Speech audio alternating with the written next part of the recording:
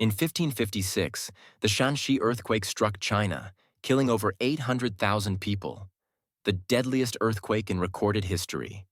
With a magnitude of 8.0, it flattened entire cities and triggered landslides that buried villages. The disaster was so devastating that it changed how people built homes in earthquake-prone areas. What caused this catastrophic event? And could it happen again? Let's uncover the science and history behind this tragedy.